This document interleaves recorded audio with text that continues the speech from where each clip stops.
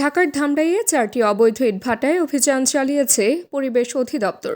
বুধবার সদর দপ্তরের নির্বাহী ম্যাজিস্ট্রেট রিজওয়ানুল ইসলামের নেতৃত্বে পরিচালিত অভিযানে দুটি ভাটাকে 3 লাখ করে মোট 6 লাখ টাকা জরিমানা করা হয়। অপর 2 ভাটার চিমনি ভেঙে কার্যক্রম বন্ধ করে দেওয়া হয়। অভিযানটি কুল্লা ইউনিয়নের মের্সাস মাহি ব্রিক্স, রুয়াইল ইউনিয়নের এবিসি স্টার ব্রিক্স ও মের্সাস ফারুক ব্রিক্স এবং সুতিপাড়া ইউনিয়নের 2টি ভাটায় পরিচালিত হয়। নির্বাহী ম্যাজিস্ট্রেট জানান, ধামরাইয়ে বায়ু দূষণ রোধে অবৈধ ইটভাটার বিরুদ্ধে নিয়মিত অভিযান চলছে। অভিযানে পরিবেশ অধিদপ্তরের কর্মকর্তারা ও আইন শৃঙ্খলা বাহিনীর সদস্যরা অংশ নেন। আজকে ধামরাই উপজেলাতে আমরা অবৈধ ইটভাটার বিরুদ্ধে অভিযান পরিচালনা করছি। এখন পর্যন্ত আমরা দুটি ইটভাটার চিমনি সহ ইটভাটার কার্যক্রম, চিমনি ধ্বংস করে দেওয়া হয়েছে এবং ইটভাটার কার্যক্রম বন্ধ করে দেওয়া হয়েছে। তাদের বিদ্যুৎ সংযোগ বিচ্ছিন্ন করে দেওয়া হয়েছে তাদের বৈধ কোনো কাগজপত্র না থাকার কারণে।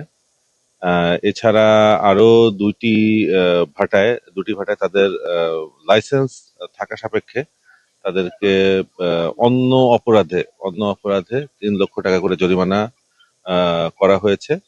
জরিমানা আদায় হয়েছে। বাকি আমরা এখন কন্টিনিউ করছি। এই ধামরাই উপজেলায় যে এখানকার স্থানীয় যে বাকি যে ভাটাগুলো আছে সেগুলো আমরা কাগজপত্র পরীক্ষা করব।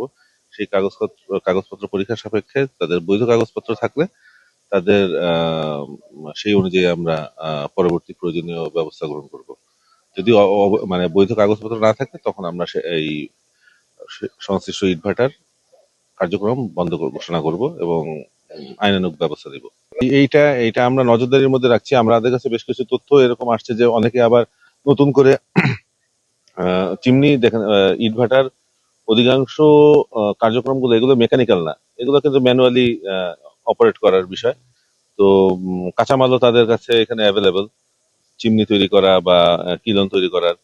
তো এইগুলো আমরা আমাদের পরিকল্পনার মধ্যেই রয়েছে যে যে ইটভাটা পরবর্তীতে আবার করবে সেখানে আবার ব্যবস্থা নেওয়া হবে এবং সেক্ষেত্রে তাদের সঙ্গে এডিশনালি তাদের নামে মামলা দেওয়া হবে, যে মামলায় তাদেরকে পরবর্তীতে গ্রেফতার বা পরবর্তী আইনানুগ ব্যবস্থা গ্রহণ করা হবে।